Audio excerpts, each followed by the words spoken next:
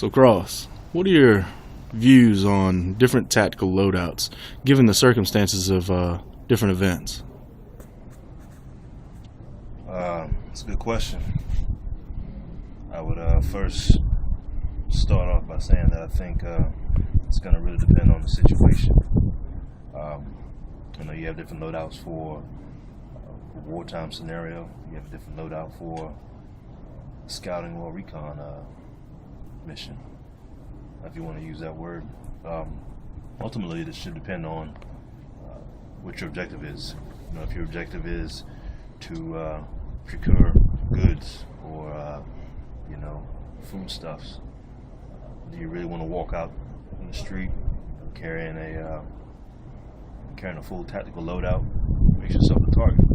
Everyone or anyone watching can see that. Not to mention, it's difficult to maneuver in if you're just out for supplies. In that event, you probably want to wear something light, something that allows you to blend in easily. Then you have situations that are, environment based. You got an urban environment versus a rural environment. You're not going to wear the same things. I love to wear black.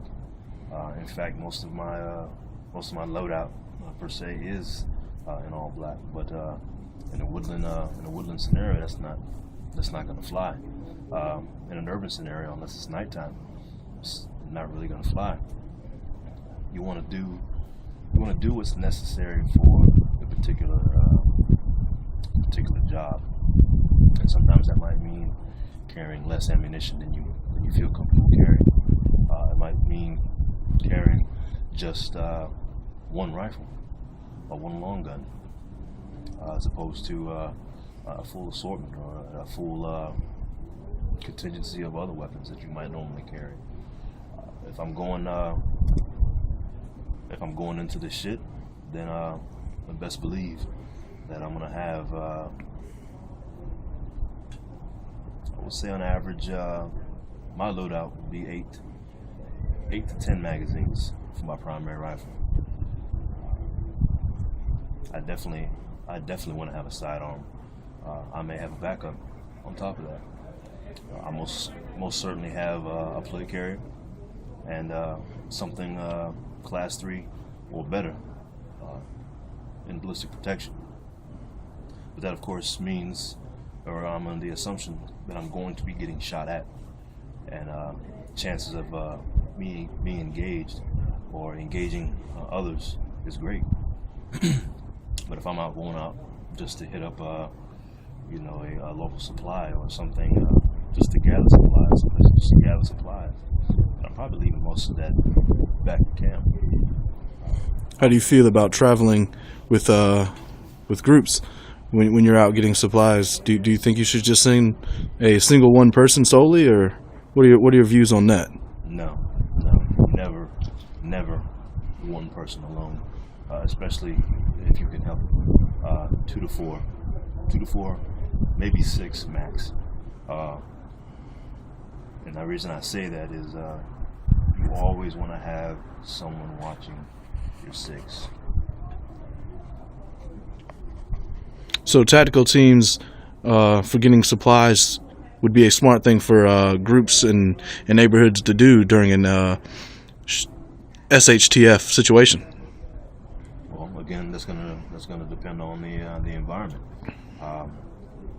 Let's assume it's under martial law or under even a curfew. You don't want to walk around, and you don't want to run around in large packs. You want to keep your numbers down as small as possible, which is why I say 2 to 4 men. You're going to need someone to be able to watch the street, to watch around. You all should be watching around. You all should be aware of your environment. But you're going to have those who are going to be, simply the load bearers, so to say, in this case. Or if you can't function with everyone carrying a shared load, then do that. You want to be able to move. You want to have mobility as your key, because you don't want to get stuck into an engagement. You don't want to be in the middle of something when you're just trying to get back, when your whole goal is to get in and get out. What do you think the viewers out there should do? I mean, is this something that they should at all get with their other community members and maybe start practicing and seeing how well they move together as a group versus single? I think that's paramount. You got to know who's in your community. You got to know what options you have, what choices you have. You may have someone in your community who's not very mobile themselves, but they have a great plan. They have a great mind for developing strategy. They may know the area better than anyone else in your community, but you got to know that. You got to know these people in order to have these options available to you. Knowing who your fastest runner is, knowing who your best long distance runner is. All of these things add up when it comes to deciding who to put on that team.